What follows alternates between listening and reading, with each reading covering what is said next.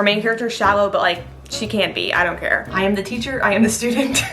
And maybe I'll have homework. TBD. We'll have to ask the teacher. I have interview prep in here. Blah, blah, blah. Christmas, Christmas. They fall in love, probably.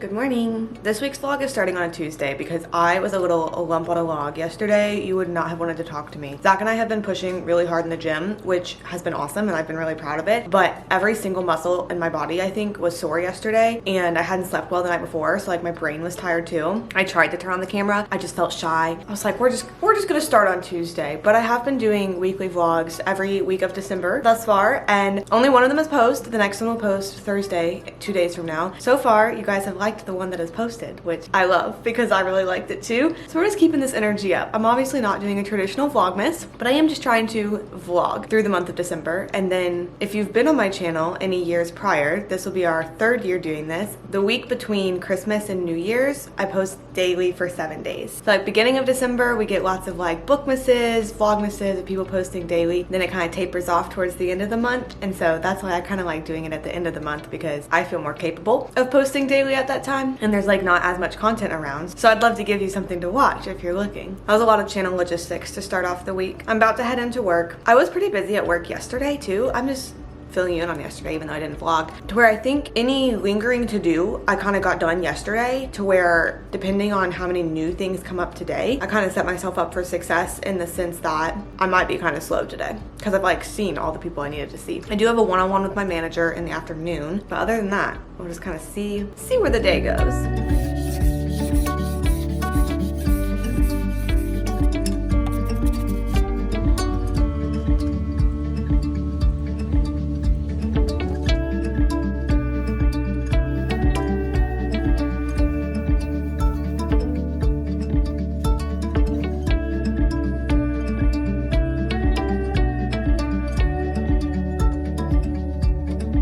I think 9 out of 10 of my most recent after work activities have been going to the library, and today we're also doing that.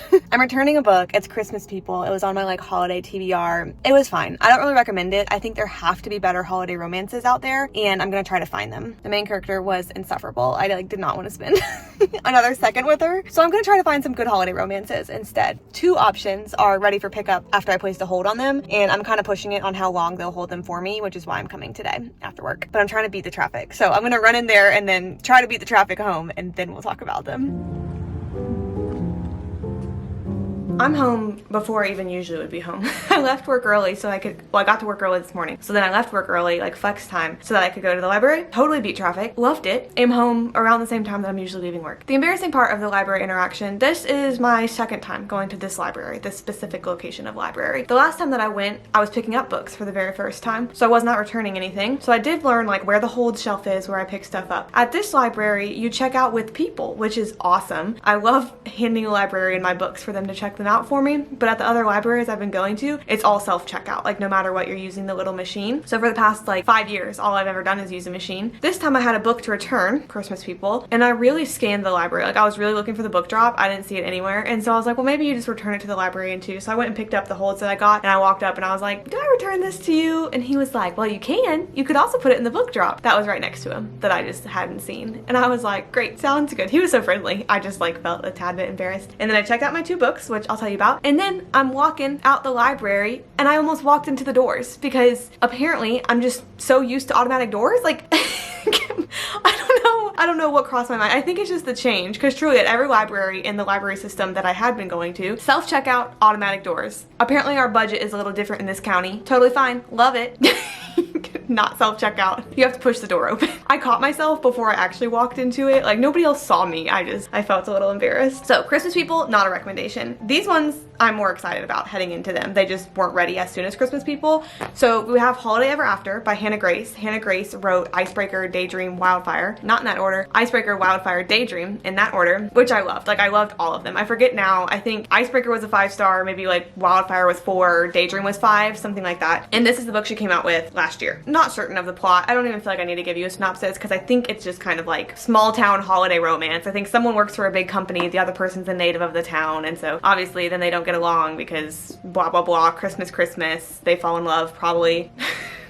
I really like Hannah Grace's writing, so I'm curious to see if that will trickle over into the holiday romance. I've been watching With Shay's Vlogmases, and she read this recently and she liked it, and she said it's just like the feelings of like a Christmas Netflix movie. So I'm not gonna pick it up right away. I feel like I need to read some depth in between my reading light and fluffies, but I will read it before Christmas. And then the other one is Grace and Henry's Holiday Movie Marathon. This one's written by a man, which deducts some points heading into it. Romance written by men always just, I don't know, I'm not positive I've read one before. Both people lost their spouses the year prior, and so they're entering into their first holiday season without their spouses. And I guess their mothers matchmake the 2 surviving spouses, even though neither's ready to date again, and they decide that they're gonna do a Christmas movie marathon. The part that really made me excited for it is like at the end it says, with each movie, Grace and Henry's shared grief eases as they start to see a life beyond the sadness. And I kind of like the idea, I don't know if this is how it's written, but I like the idea of like thinking that the book is like happening like just in the movie marathon. Like if it's really zoomed in of a time frame like that, then I think I'm gonna be really interested. Or like if it talks about the movies that they're reading or like separates it out, chapters it out by the movies that they're watching, I think that I will really like that. So I'm kind of hopeful for that, but I don't know if that's how it's gonna go. I also feel like with that premise, like depending on how it handles the grief, how realistic their readiness to go from like not being ready to date to romantic feelings, like if that feels realistic or just like weird, that could really make or break this one. So I feel like this could go either way, but I'm excited to read it. I might get to it sooner. Crazy lighting, so sorry, not sure how to fix it other than like the window is kind of a weird spot. I don't think I filmed from over here, or if I have, it's been very little since we moved. This is our desk. Welcome to our desk. And this is a new thing I'm trying. If you've watched recent vlogs, you know that I tried out a Spanish class, a free Spanish class at the library, which was good, but I don't think I'm going back. But I do still want to prioritize Spanish. Something I've said almost the whole time I've had this channel. My goals that I always talk about and then like never get better at, stretching in Spanish.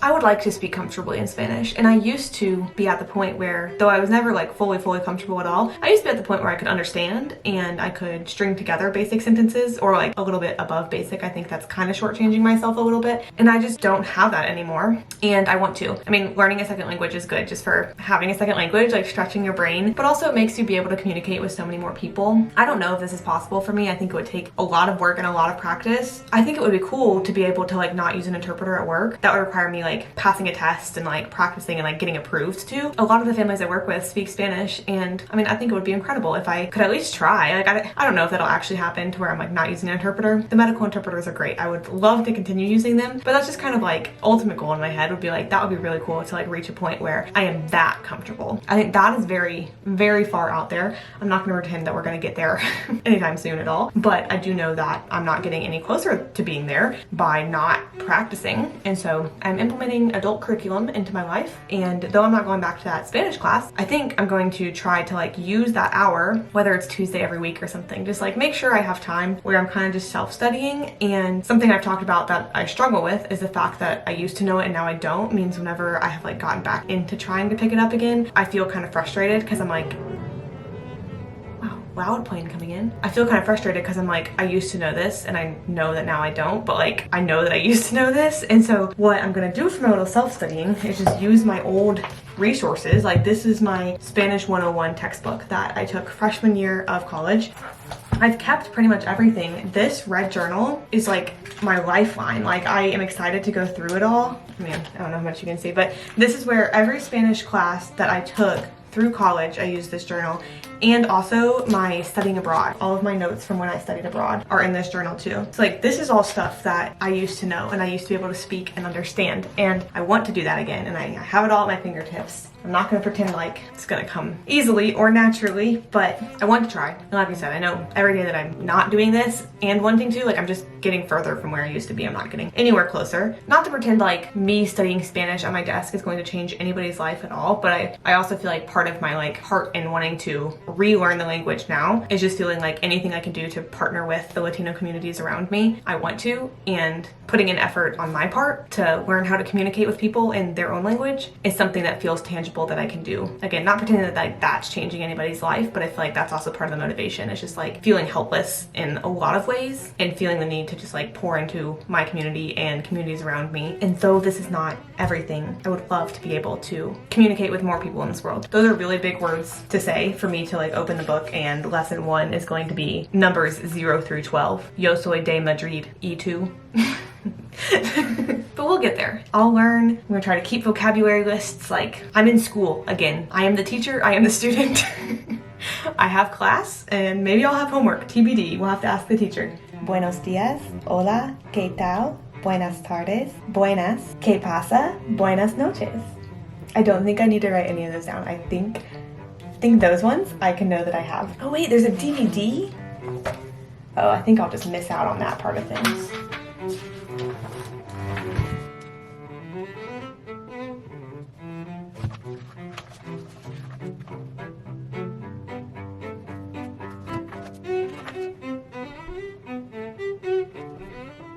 ¿Cómo se escribe? ¿Cómo se escribe Acevedo? A-C-E-B-E-D.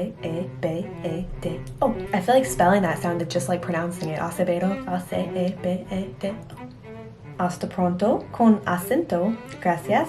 Adiós. Hasta mañana. Nos vemos. Hasta la vista. That was a Camp Rock song, was it not? Ciao. Hasta luego. El saludo. La despedida. El nombre. El país.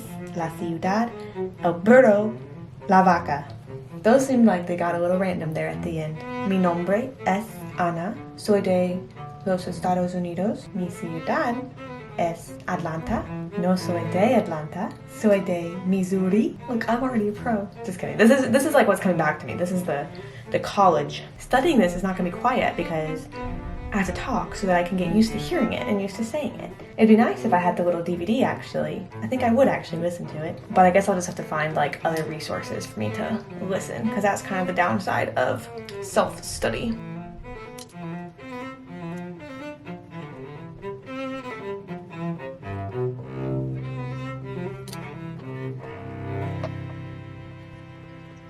S-A-L-U-D-O. M-A con acento.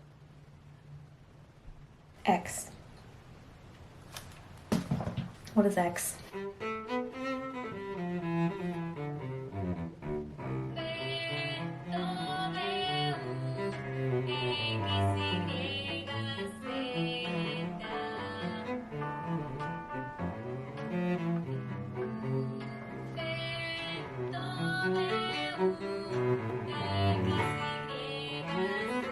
In Spanish, the letter X is known as X, and it usually has a pronounced X. Why did it take me so long to figure out? X. Okay. M-A con acento. X-I-C-O. ¿Cómo se dice hotel? Con H. Adiós. Hasta luego. Hasta pronto.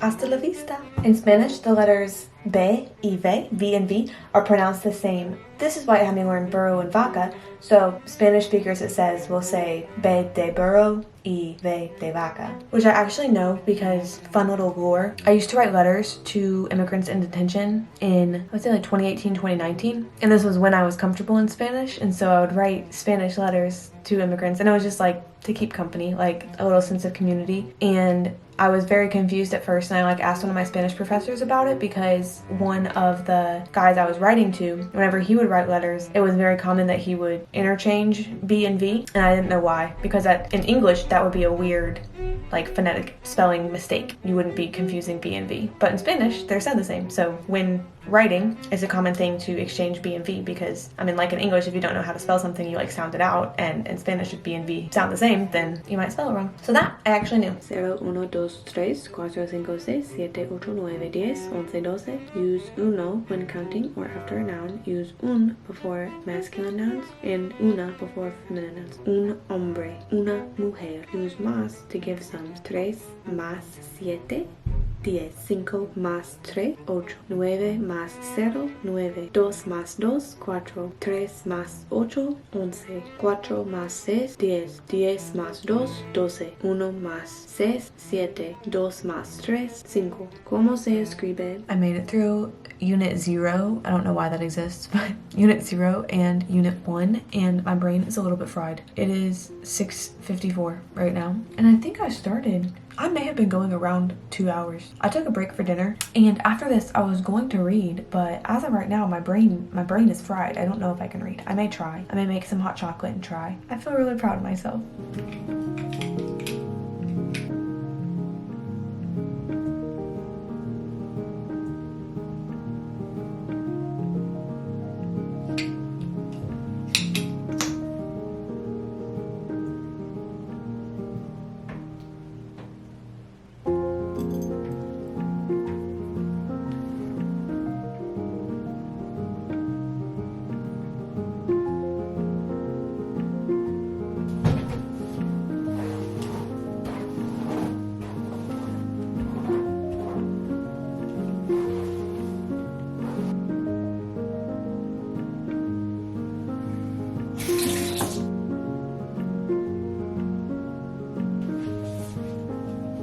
It's Wednesday and I'm about to head into work. I don't think I told you, but my one-on-one with my manager yesterday went very well. I feel like sometimes I don't always have like cases to talk about, and this time it had been since October 20th, I think she said, was the last time we had met. So I like was going through discharges in Epic before going to meet so I could like jog my memory of some patients that I had, and it ended up just being like a conversation of like things that have happened and like things that I've been doing, and I feel like it was a good hour. It usually is. Like I just kind of, I don't know, stress myself out about it sometimes. But heading into work today, I am bringing my journal or like notebook. I don't really use like a journal. This kind of has like everything in it. Yesterday, I started sort of brainstorming like for the new year. I kind of felt inspired and I was like brainstorming things for content and like vibes for the new year, and I just felt really inspired by it, and I've been liking doing it on paper more lately. So yesterday I was just doing it like on scratch paper, like writing down brainstorms and like lists and ideas and various things. And so today I'm gonna bring my journal so that if I get a chance and feel inspired again, I can just put it in here. This, I grab it so like infrequently, but it has so many important things in it. Literally my first thing is from April 2021, and it was, I talked about it in a vlog whenever I did this, but it was journaling my dream life for my future self. That'll probably be kind of interesting if I like read back and look at that, because it talks about like relationships, career, mental growth, physical health, adventures, lifestyle. Wait, that's cute. Yeah, I haven't read back through that. I believe this is from 2022, like a content plan that I obviously like didn't quite finish. I think I did all those things, I just didn't fill it all in. And then YouTube growth, journey to 5K. I guess I could fill that all the way in now. We have hit 5K. This was a book challenge that I did once. I kind of like that. I think I'd like to do things like that again. I remember this, I was like feeling stressed one day, so this is like a physical week calendar that I just like, I feel like it was just therapeutic to like write down the hours and write down like what I would be doing in each hour, because I could put my internship, I could put the classes I was taking, that was like all through grad school. I feel like this would be cuter if I like finished the stuff, but it's like in this journal, I feel like I don't feel pressured to like finish it. It's more just like therapeutic to like write stuff down that I like want to visualize on paper, whether or not I finish it. So I kind of like that, even though I feel like this is the only thing that I like allow myself that. Not a paper just falling out and going under the stove.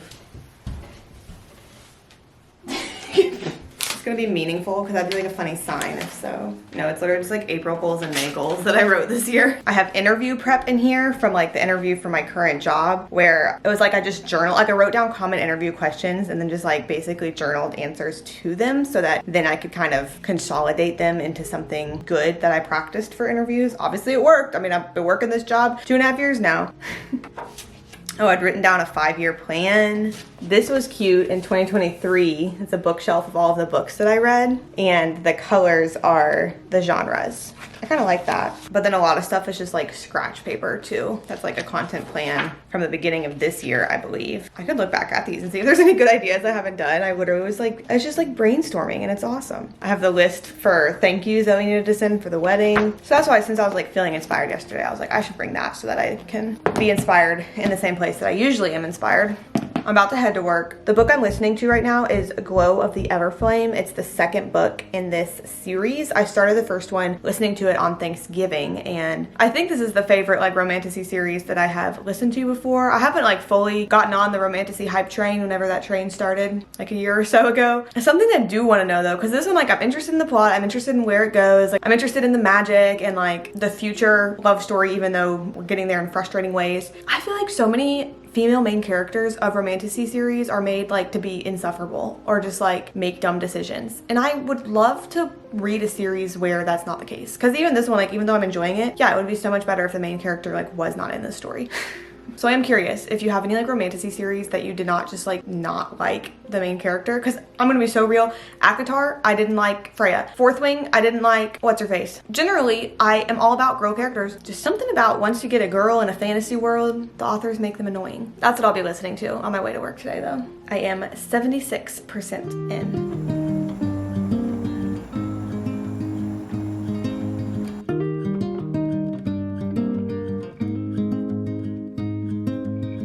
I have broccoli going in the oven, and I got excited and I tried on my new set.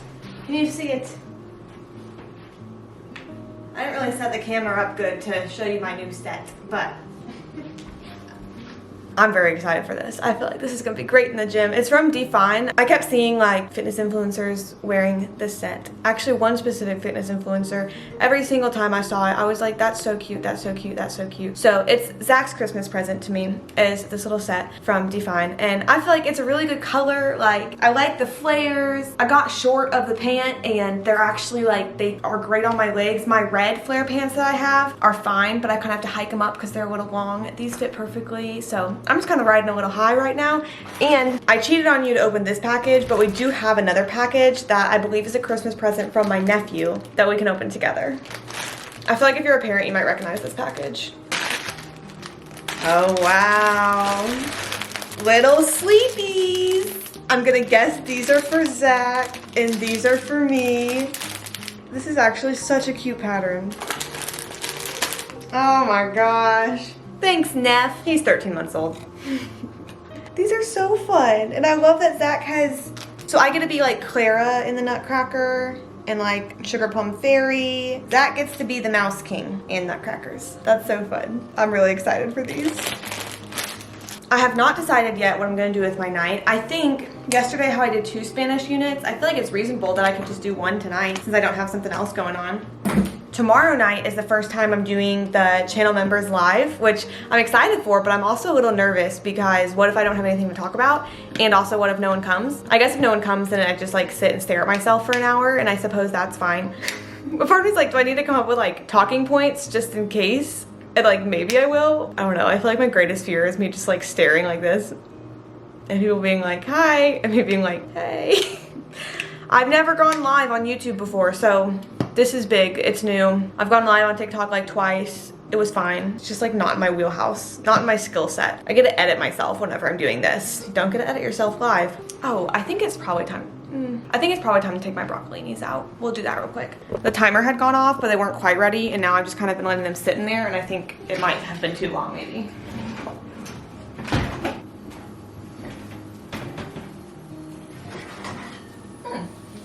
They're crispy, but they're fine.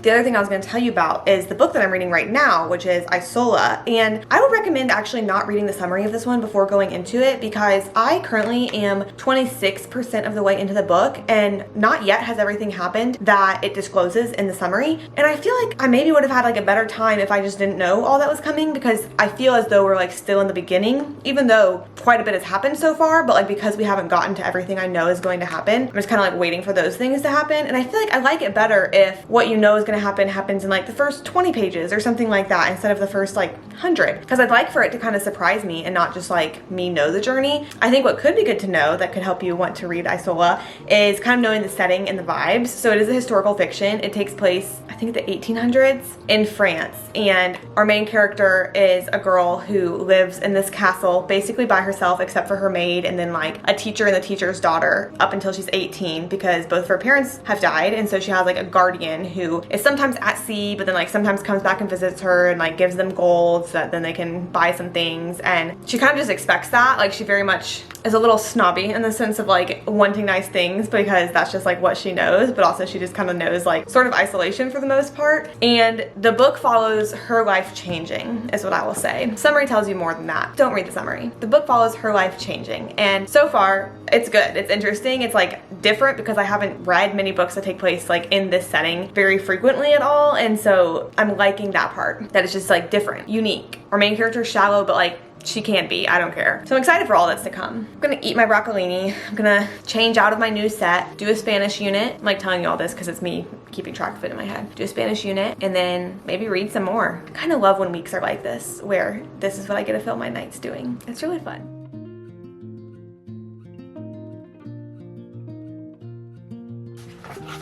Está en el sur de Honduras. 100, 121, 200, 300, 400, 500, 500,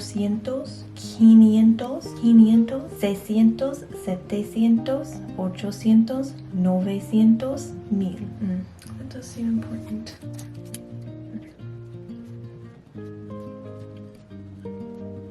Cien, 121, 200, 300, 400, 500, 600, 700, 800, 900,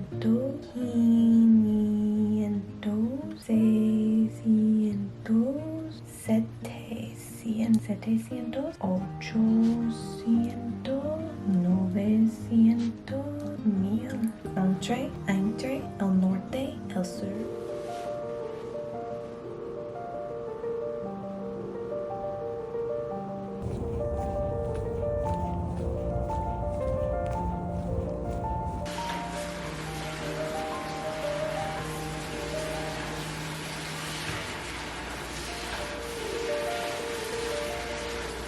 Turkey is ready, rice is still cooking, so I'm in this like weird in-between time where the turkey smells great and I'd love to dig into it, but I feel like it's probably better with rice if I am patient. I'm just still undecided if I'm going to be patient or not. Quick thing I realized, Isola, the book I was telling you about, takes place in the 1500s. I told you the 1800s, and then I told you I think that they were like sailing across the ocean to the New World. That did not happen in the 1800s. 1500s.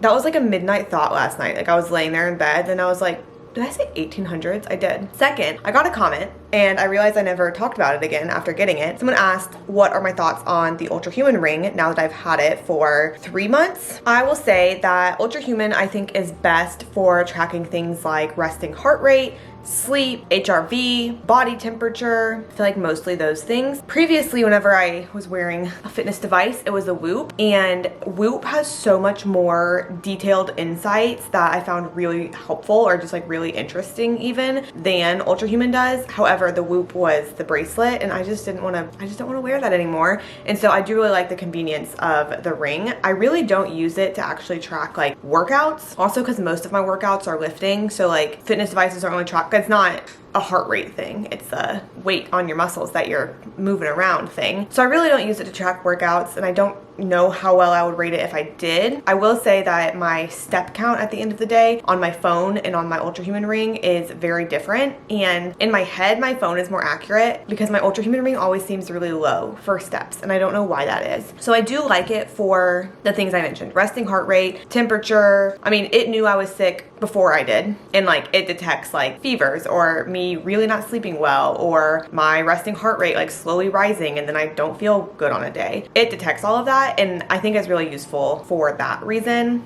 I like that in the app compared to Aura, you don't have to pay for a subscription. So I bought it the one time and that was like the one-time cost. So I do like it, but it just depends on like what you want to use it for and what you're wanting to get out of it, of like if it's a better option or if a Whoop, an Apple Watch, a Fitbit, like whatever, a Garmin, whatever you're looking for. I think it just really depends. And I think it's just super like unique per person of what device is best. Some negative reviews I'd heard before getting it was battery and cracking. I have not cracked it. I don't know if that's a me thing or the ring thing. And then battery, for the most part, I just charge it during times where I would be taking it off anyways, like during showers or when I'm doing like skincare. And doing that, it's usually like twice a day then, because like morning and night skincare, and then like whenever I'm showering, also charging. I don't have to take it off like purposely for the reason of charging, because like that's enough to keep the battery up for me. So that's really convenient. I will be interested. I know some people people use rings like this for like cycle tracking. I've never done that. My cycle is like suppressed with the birth control I'm on, but I am curious like how that all goes and how that all works. And I guess if I'm ever doing that, I already have the ring, so I can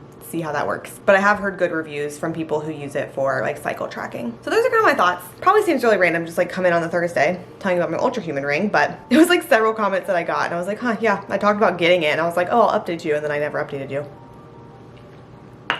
My members only live, my first members only live is tonight at 8. So I have 2.5 hours right now before then. I think I'm gonna eat and like see if I can read some, shower, get all cozy. I chose 8 Eastern because I feel like that gives every time zone the best chance. Doing anything earlier Eastern would just start to be like really early Pacific and Mountain. But it is a sacrifice because you guys know I'm usually in bed right around 9. I don't usually begin things at 8, but I am excited.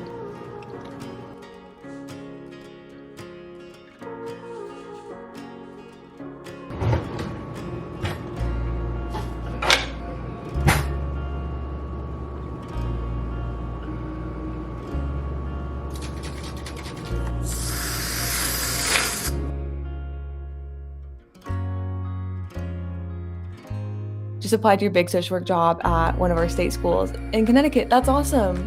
That's so exciting. I'm sending good vibes to your to your application.